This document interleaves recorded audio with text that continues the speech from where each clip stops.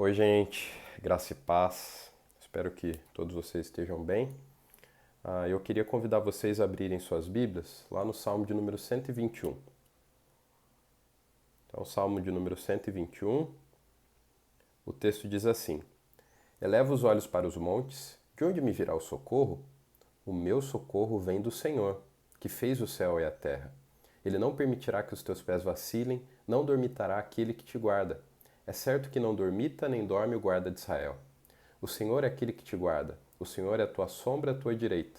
De dia não te molestará o sol, nem de noite a lua. O Senhor te guardará de todo mal, guardará a tua alma. O Senhor guardará a tua saída e a tua entrada, desde agora e para sempre. Esse é o texto.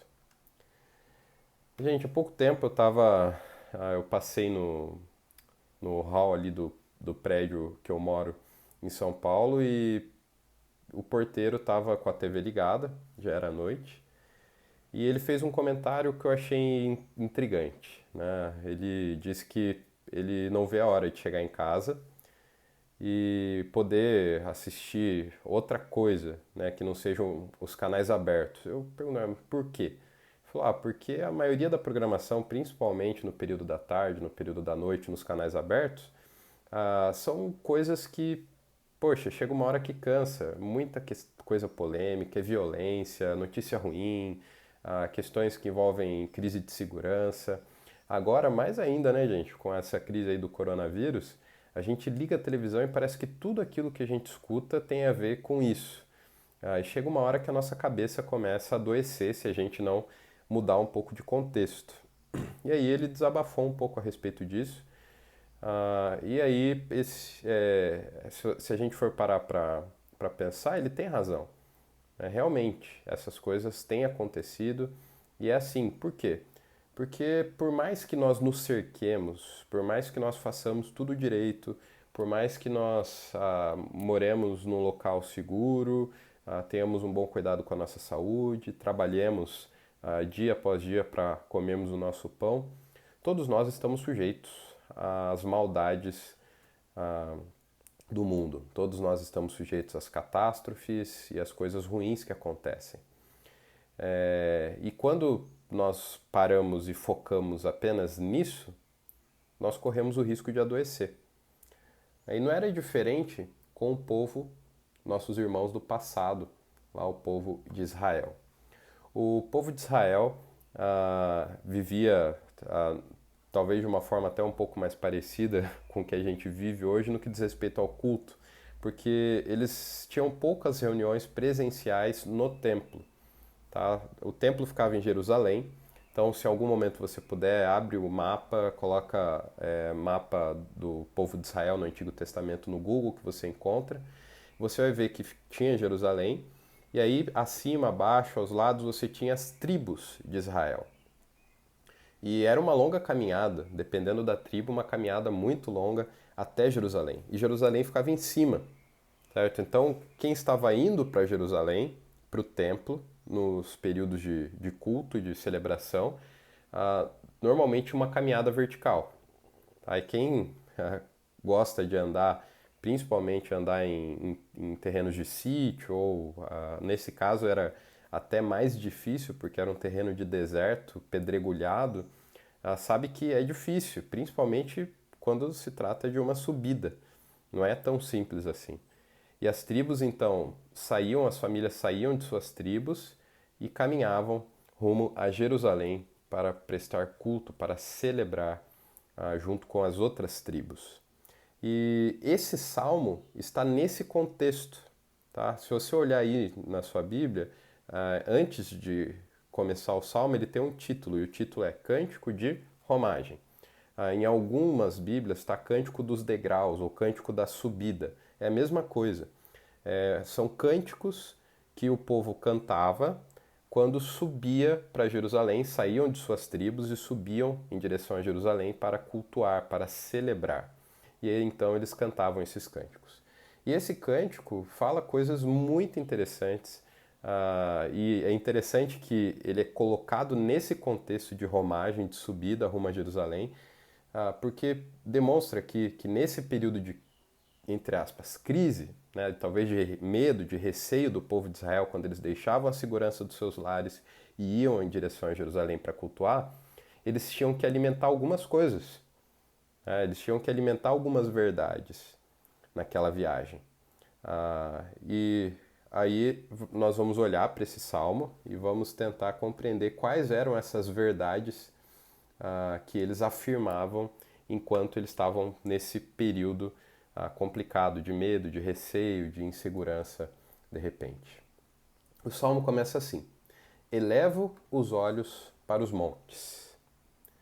Então o povo está saindo de suas casas e subindo em direção a Jerusalém, uma caminhada ali pelo deserto. E eles dizem o seguinte: eleva os olhos para os montes. E aí vem uma pergunta. Eu elevo os olhos para os montes e me pergunto: de onde me virá o socorro? Tá, isso é uma pergunta. Ele não está dizendo que o socorro vem dos montes. Ele está fazendo uma pergunta. Quando eu olho para esse caminho, para essa trilha, para os dias que se seguem, para as dificuldades que eu posso enfrentar nessa caminhada aqui em direção a Jerusalém, eu me faço a seguinte pergunta: de onde me virá o socorro? Eu não sei quantos de vocês assistiam ou assistem, né, ainda existe aí disponível na internet, Chapolin Colorado. Mas normalmente como se dava a entrada do herói nos episódios de Chapolin Colorado, a entrada do Chapolin? Alguma coisa acontecia, algum problema acontecia, e aí a pessoa fazia a seguinte pergunta: e agora? Quem poderá nos defender? E aí do nada surge o Chapolin dizendo: eu, né, e não contavam com a minha astúcia, etc. Então, é mais ou menos isso que o salmista está, essa pergunta que o salmista está fazendo aqui. Ele olha para aquilo que ele precisa fazer e vem essa pergunta: e agora? Quem poderá me proteger? Quem poderá me defender? Quando eu olho para esse caminho que eu trilho, que eu vou ter que trilhar, quem poderá me defender? De onde me virá o socorro?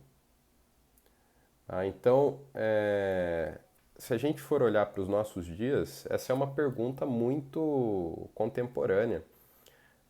A gente olha para as notícias da TV, que falam agora basicamente sobre crises de saúde e crise econômica e como isso vai afetar o dia a dia do brasileiro, e vem essa pergunta: e agora? Quem poderá me defender? Eu olho para essas dificuldades, eu olho para as crises que provavelmente vão nos assolar, eu faço essa pergunta: quem poderá me proteger? De onde virá o meu socorro? E lá no versículo 2, ele faz essa pergunta: de onde virá o socorro? E a resposta vem no versículo 2: o meu socorro vem do Senhor que fez o céu e a terra. Enquanto nós estamos aqui vivendo nesse mundo, nós estamos sujeitos às dificuldades da vida, às tribulações, a epidemias, a crises econômicas e de saúde pública que sejam. Nós estamos sujeitos a isso. Nós não estamos alheios, nós não estamos protegidos de alguma forma de fazer parte desses momentos de dificuldade enquanto nós vivemos aqui.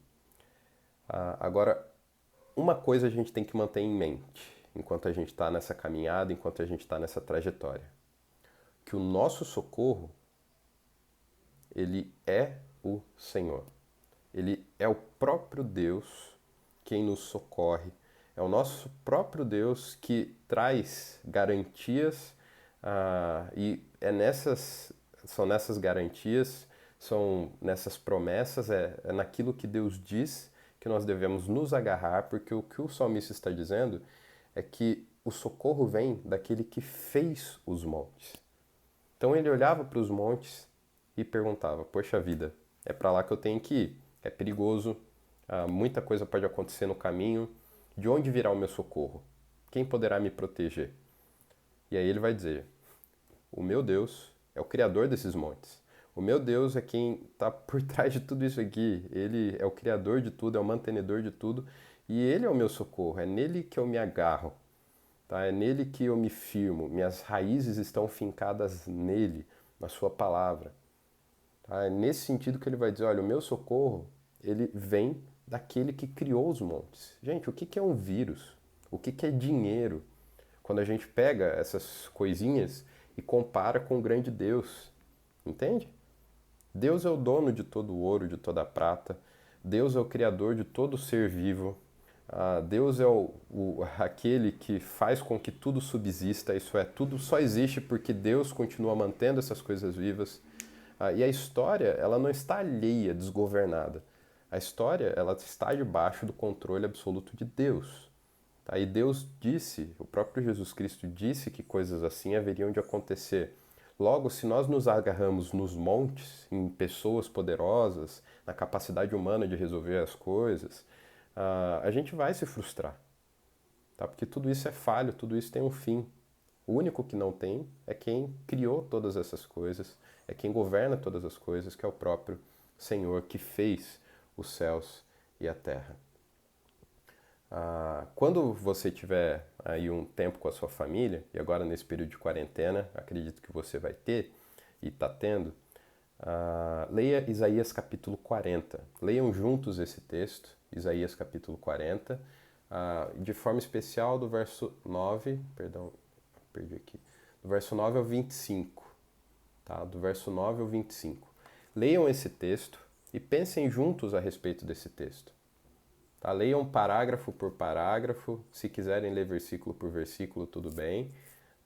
Mas leiam Isaías capítulo 40, de 9 a 25, e cheguem a algumas conclusões. A ideia é o que esse texto diz, e que eu posso me agarrar, que eu posso confiar, que eu posso me firmar para passar por esses momentos de crise e para levar consolo, como nós dissemos na última exposição, levar consolo às pessoas que também precisam de consolo. E aí o salmista continua. Agora o versículo 23 ele vai dizer o seguinte, perdão, versículo 3 e o 4. Vai dizer assim: Ele não permitirá que os teus pés vacilem, não dormitará aquele que te guarda. É certo que não dormita, nem dorme o guarda de Israel. Como eu disse, essa caminhada até Jerusalém não era uma caminhada simples, era uma caminhada no deserto e uma caminhada, em alguns momentos, íngreme, né? Era uma caminhada vertical, num terreno pedregulhado, pedregulhoso. Então, quando a gente olha para isso aqui, a gente consegue entender o que eles estão dizendo. Eles, de repente, tinham medo de que seus pés vacilassem no momento de subida, que eles se machucassem. Talvez isso acontecesse com certa frequência, né? Às vezes desabamentos, ou você pisa numa pedra que não está muito firmada, num ambiente ali vertical, e você corre o risco de cair. Ou você se machuca, você não consegue continuar a caminhada, e ali no meio do deserto, com recursos escassos, esses receios talvez estivessem na mente do povo quando eles iam subir rumo a Jerusalém. E eles vão dizer, olha, é Ele que não permitirá que os teus pés vacilem. É Ele que vai agir em todas as coisas para que não aconteça algo comigo, né, que de alguma forma seja irreversível. Tá? A gente vai ver que isso tudo vai desembocar numa promessa muito maior, é sombra de algo maior que Deus nos promete em Cristo. Mas essa era a expectativa do salmista, de que Deus tinha poder para impedir, inclusive, que os seus pés vacilassem no caminho e que eles chegariam onde eles tinham que chegar. E ele vai dizer duas coisas interessantes a respeito de Deus. Ele vai dizer que ele é um guarda e que ele não dorme. Não dormitará aquele que te guarda. É certo que não dormita, nem dorme o guarda de Israel. Então ele coloca aqui Deus como um guarda, como um protetor, alguém que caminha ao lado e que protege. E esse guarda, ele não dormita nem dorme. Dormitar é cochilar, dar uma cochilada, se distrair, e dormir é dormir mesmo, né, profundamente.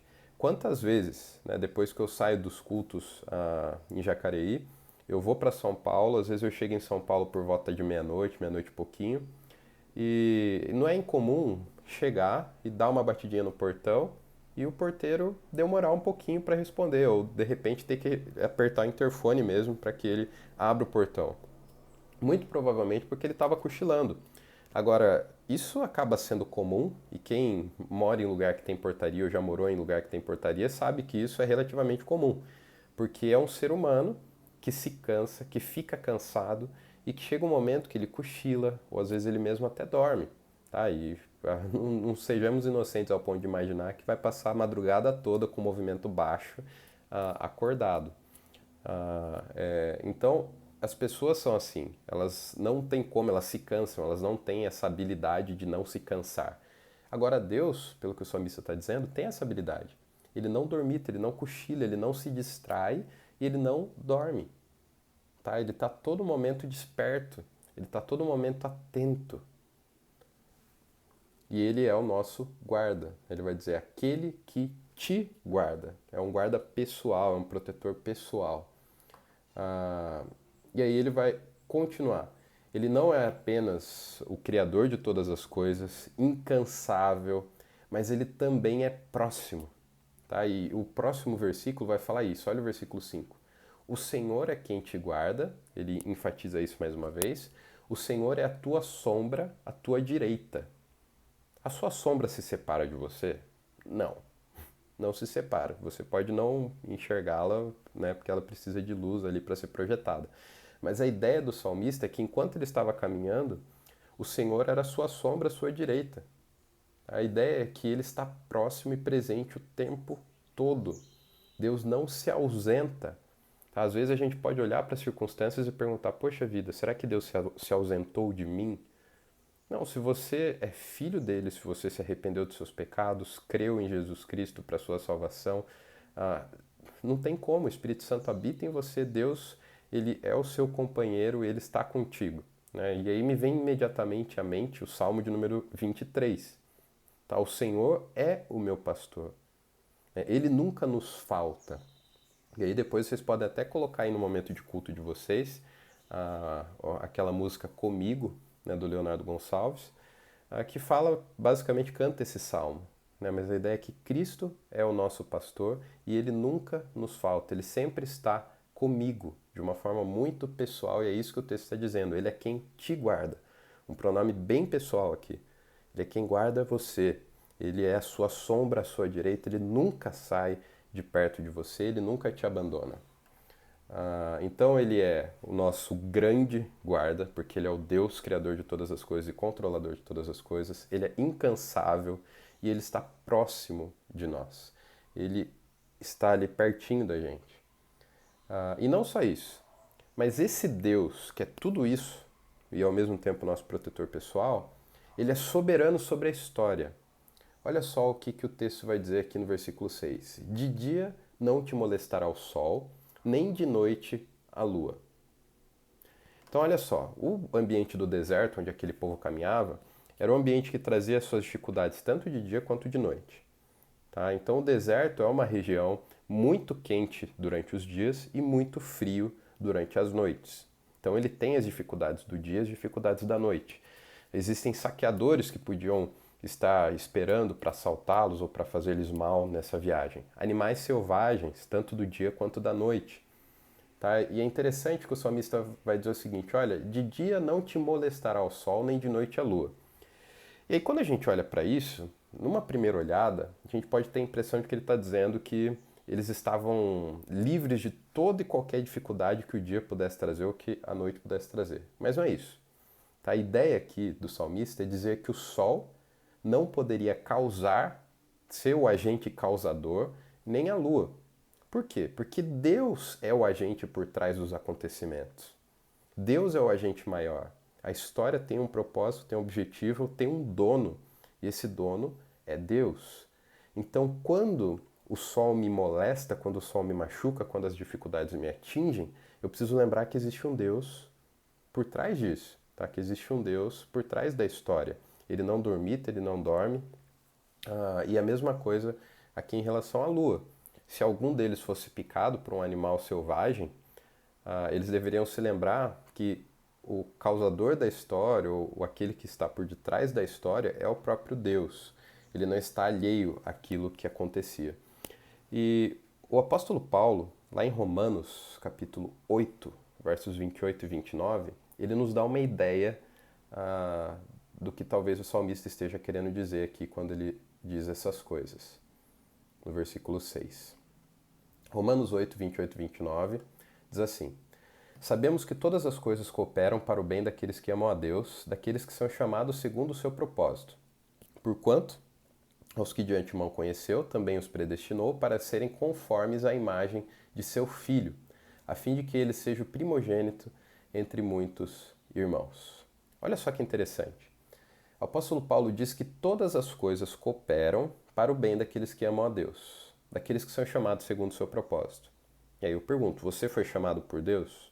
Você em algum momento escutou a mensagem do Evangelho, foi atraído por ela, se arrependeu dos seus pecados, creu em Jesus Cristo e passou então a viver uma vida à luz dessas verdades a partir daí? Sim. O texto está dizendo que tudo então coopera para o seu bem. Agora, qual é esse bem? Versículo 29 explica. Porquanto aos que de antemão conheceu, também os predestinou. Tá? E aqui a gente vê a história, então colaborando, pessoas predestinadas com o destino traçado para serem como? Conformes à imagem de seu Filho. Tá? Então, em outras palavras, o apóstolo Paulo está dizendo o seguinte: tudo o que acontece na minha vida, na vida daqueles que foram chamados segundo o propósito de Deus, que entregaram suas vidas a Jesus Cristo, tudo o que acontece, acontece para que eles sejam transformados em conformidade com a imagem de Cristo.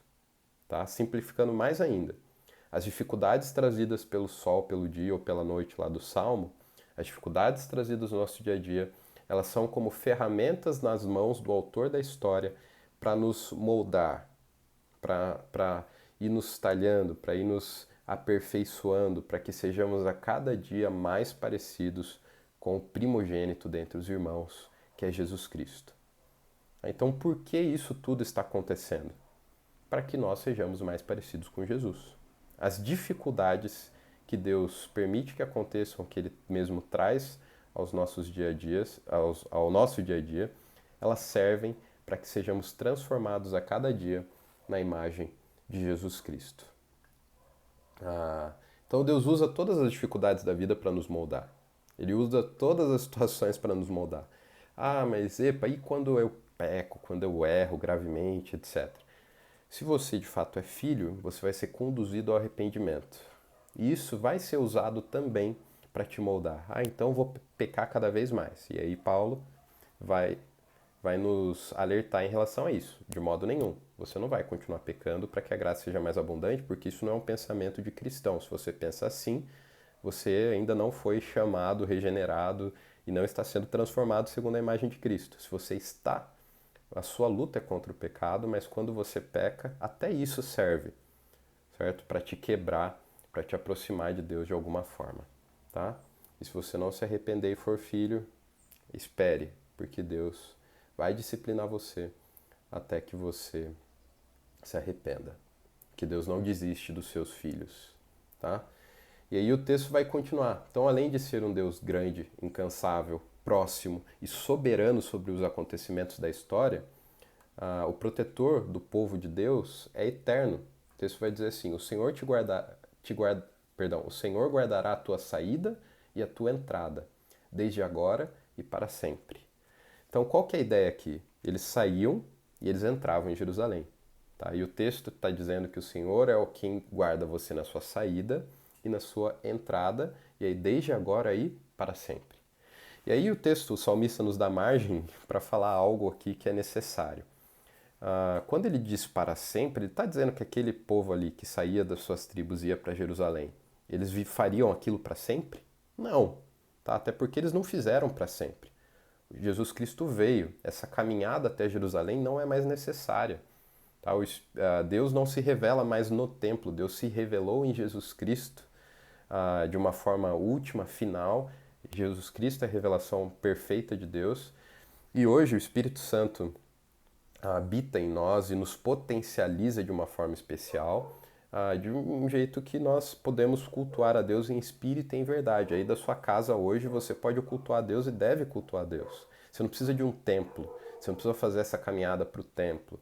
Tá? Nós precisamos de uma igreja local, de uma comunidade local, de pastores, presbíteros, diáconos, discipular as mulheres discipulando as moças, os homens discipulando os rapazes. Isso tudo é uma estrutura colocada pela Bíblia, fato. Mas nós não precisamos mais de um templo. Essa caminhada não acontece mais há muito tempo e não deve acontecer, porque Jesus Cristo já veio, tá? Não há mais necessidade. Agora, então por que que o Senhor guardará a tua saída e a tua entrada desde agora e para sempre? E aqui, alguns estudiosos da Bíblia trazem algo que eu concordo e que eu acho muito interessante.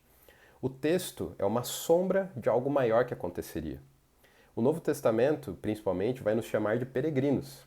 Assim como esse povo fazia essa romaria, ou fazia essa peregrinação das suas tribos até o templo, nós estamos peregrinando rumo a Jerusalém celestial. Nós estamos peregrinando rumo à nossa pátria definitiva, à nossa união eterna com Deus, com Cristo, novos céus e nova terra. Enquanto nós estamos nessa caminhada, desde o momento em que nós nascemos de novo até o momento em que nós seremos glorificados e unidos finalmente a Cristo Jesus por toda a eternidade de uma forma perfeita, Deus está nos guardando. Deus não está alheio à nossa realidade. Deus permanece conosco, Ele é a nossa sombra, é o nosso pastor, Ele permanece comigo. Tá? E todos os acontecimentos da minha vida servem para me moldar.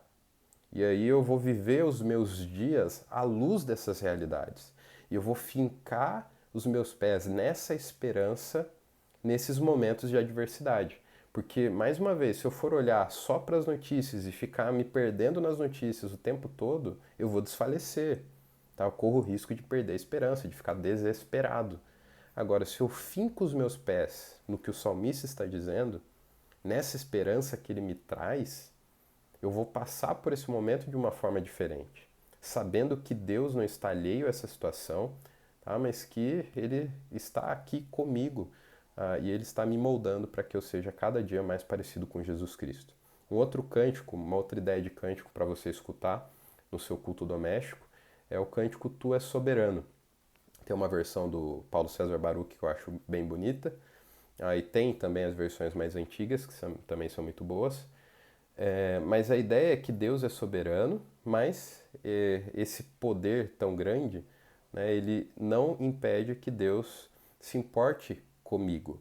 Né, e ele está trabalhando na história, nos acontecimentos que, perdão, trabalhando em mim por meio dos acontecimentos que acontecem, para que eu seja cada dia mais parecido com Jesus Cristo. Ele é soberano, ele está no controle, ele tem um objetivo, um propósito, que é nos tornar mais parecidos com Cristo Jesus. E essas dificuldades trazidas por esse vírus, que serve como um tapa na cara da humanidade, essas dificuldades servem para nos lembrar que é Deus que é soberano e que Ele está trabalhando em todas as coisas para que sejamos mais parecidos com Cristo Jesus. Uma outra ideia de hino, agora um hino, né, para que vocês possam escutar, é o Deus fiel. Né? Tu és fiel, Senhor. Dia após dia, Ele está nos guiando, Ele está nos atingindo com a sua fidelidade, com o seu amor paternal, agindo em todas as coisas para o bem daqueles que o amam, daqueles que são seus filhos, para que sejamos mais parecidos com Cristo Jesus.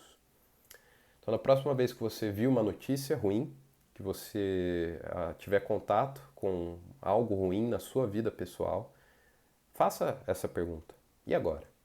De onde virá o meu socorro? Quem poderá me proteger? Lembre-se, Ele é o nosso guarda, Deus, e Ele nos protege desde agora e para sempre. Aquilo que Cristo Jesus nos deu, ninguém pode tirar. Amém? Então, ore aí com a sua família ou sozinho, se de repente for esse o caso. Cultue a Deus, agradeça. Leia depois o livro de Isaías, como eu tinha colocado, capítulo 29, né? Deixa eu ver aqui. Não, perdão. Capítulo 40, do verso 9 ao 25. E expresse a sua confiança em Deus por meio de orações e de cânticos. Precisando de alguma coisa, tô aqui. Abraço.